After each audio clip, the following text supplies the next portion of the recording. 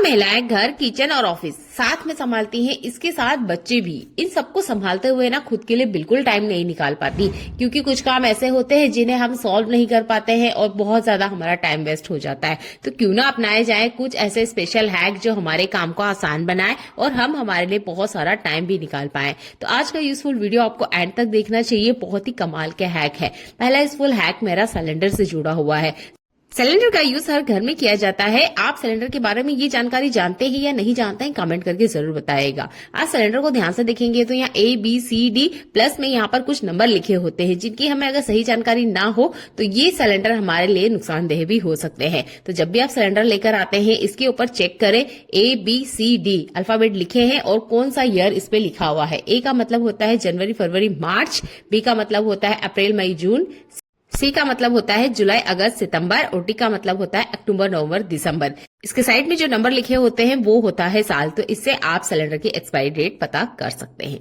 India में हर महिला मेहंदी लगाना पसंद करती है। स्पेशल जो पैरों में मेहंदी लगाई जाती है ना, वो गहरे रंग की लगाई जाती है। इसके लिए आप बैलून का यूज कर सकते हैं। जिस भी फिंगर से आप मेहंदी लगा रहे हैं पैरों में, उसमें आप बैलून लगा लीजिए। उसके बाद में आप मेहंदी को पैरों में लगाएं, क्योंकि मेहंदी लगाते वक्त हमें हमारे हाथों का यूज करना होता है। अगर मेहंदी को थोड़ी सी अगर आपको डिजाइन देनी है तो सिंपल मेहंदी लगाते हैं तब भी हमें हाथों का यूज करना ही होता है। तो आप इस तरीके से बैलून पहना देंगे तो आपकी फिंगर में मेहंदी का निशान नहीं आएगा और अपने पैरों में आप आसानी से मेहंदी लगा सकते हैं। इस तरीके से आप दूसरों के पैरों में भी मेहंदी लगा सकते हैं। अगर उंगलियों में भी आप डार्क मेहंदी लगाना पसंद करते हैं तो इस बैलून वाले ट्रिक को एक बार जरूर करके देखिएगा। इससे आपकी फिंगर बिल्कुल ही मेहंदी की नहीं होगी, जिससे हमारे नाखून भी खराब हो जाते हैं। ये बहुत ही कमाल का हैक है। मुझे तो ये बहुत ज्यादा पसंद आया है, क्योंकि मुझे मेहंदी लगाना बहुत ज्यादा पसंद होता है और बहुत बार मेरे साथ ये दिक्कत होती थी कि फिंगर खराब हो जाती थी, क्योंकि मेहंदी हम फिंगर की मदद से ही लगाते हैं। तो इस ट्रिक को आप एक बार जरूर यूज करके देखिएगा। आपको अच्छा लगता है तो लाइफ टाइम अपना लीजिएगा।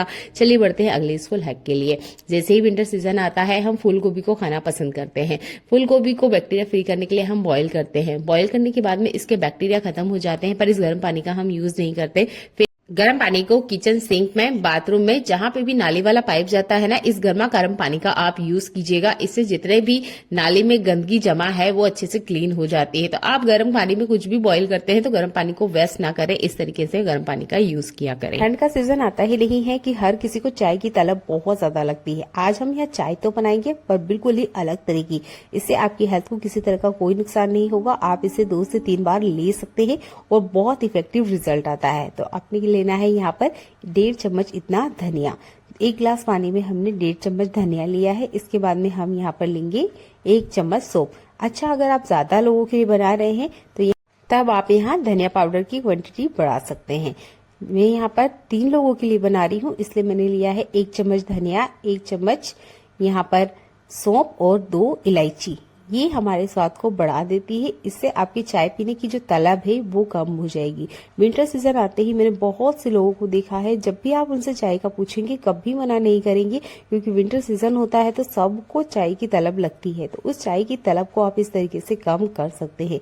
यहाँ मैंने 2 इलायची ली है। इसके बाद में मैं इसमें यहाँ पर मीठे के लिए ऐड करूंगी गुड़। चीनी बिल्कुल आप जितना हो सके उतना कम यूज करें, क्योंकि चीनी की जो प्रॉब्लम है वो बहुत ज्यादा है और वक्त के साथ बढ़ती ही जाती है। तो ठंड के सीजन में अगर आप गुड़ लेते हैं तो इसके आपको सेहत पे बहुत अच्छा रिजल्ट मिलेगा। तो यहाँ पर गुड़ यूज करते हुए मैंने अच्छे से इसको बॉईल कर लिया है, जैसे कि हम चाय उबालते हैं। उसके बाद में आप छान लीजिए और जितना आप इसमें दूध ऐड करना चाहते हैं उतना कर सकते हैं। तो मैं यहाँ 3 कप में लेने वाली हूँ और आधा आधा करके इसमें दूध मिलाना है। जितनी भी हमारी चाय बनी है वो दूध इसमें ऐड करना है, पर आधा गिलास चाय में आधा गिलास हमने दूध ऐड करना है और इसे आप चाय की तरह पीजिए। आपकी सेहत को हमेशा इससे फायदा होगा। चाय पीने की जो तलब है वो कम हो जाएगी। इससे डाइजेशन सिस्टम बहुत अच्छा रहता है। तो आप इस तरह की चाय पी सकते हैं जो धनिये से बनती है और इसका स्वाद बिल्कुल ही ग्रीन टी की तरह आता है। आप इसे जरूर एक बार ट्राई कीजिएगा। अगला यूजफुल हैक मेरा घी से जुड़ा हुआ है। जब भी हम घी बना लेते हैं, आपने देखा होगा इसके नीचे थोड़ा सा यहाँ बुरादा बच जाता है, यानी कि थोड़ा सा यहाँ पे जो जला हुआ दूध रहता है वो बच जाता है। ज्यादातर घरों में इसका यूज किया जाता है और कुछ घरों में नहीं किया जाता है। तो आज मैं आपको इसका अलग तरीके से यूज करके बताने वाली हूँ, वो भी घी को निकालने के जस्ट बाद ही। आपको इसे स्टोर करके नहीं रखना है। तो आपने देखा होगा इसमें काफी सारा घी रहता है जिसका हम यूज ले सकते हैं डायरेक्ट लड्डू बनाने के लिए। तो जब भी आप घी निकालते हैं ना, तो थोड़ा सा यहाँ पर आप इस तरीके से इसको बचा लीजिए, यानी इसमें थोड़ा सा घी रहने देना है, बहुत ज्यादा नहीं। 1 से 1.5 चम्मच इतना घी आप इसमें जरूर रहने दें। इसके बाद में आप इससे लड्डू बना सकते हैं। बहुत अच्छा स्वाद इसका आता है। मैंने इसे बना के देखा, मुझे लग नहीं रहा था कि इसका इस तरीके से भी यूज ले सकते हैं। तो इसको मैं काफी टाइम पराठे में यूज करती हूँ, पर इस तरीके से डायरेक्ट आप इसमें लड्डू बना सकते हैं। बिल्कुल मावा वाला फ्लेवर आता है, वो भी घर में बचे हुए घी के बुरादे से। तो आई होप ये ट्रिक आपको पसंद आती है। यहाँ पे आम के दाम भी मिल गए हैं और गुठलियों के भी दाम मिल गए हैं।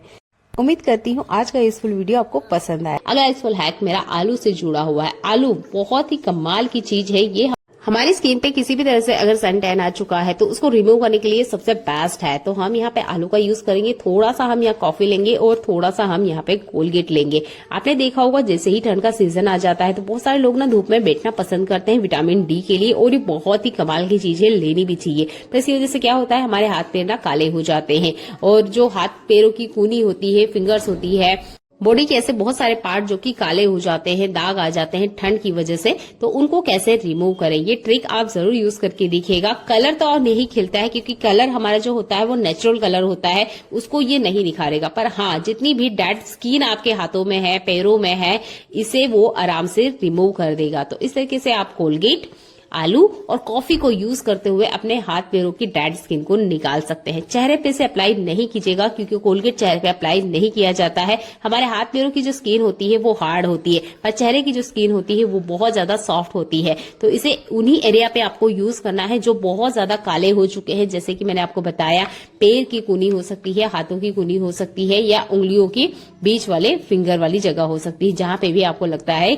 कि बहुत ज्यादा गंदगी इकट्ठा हो गई है। उसे रिमूव करने के लिए आप इस आलू वाले ट्रिक का यूज कर सकते हैं। तो हल्का हल्का ही आप मसाज करेंगे और आप देखेंगे 5 से 6 मिनट बाद ही जितनी भी डेड स्किन है वो अच्छे से रिमूव हो चुकी है।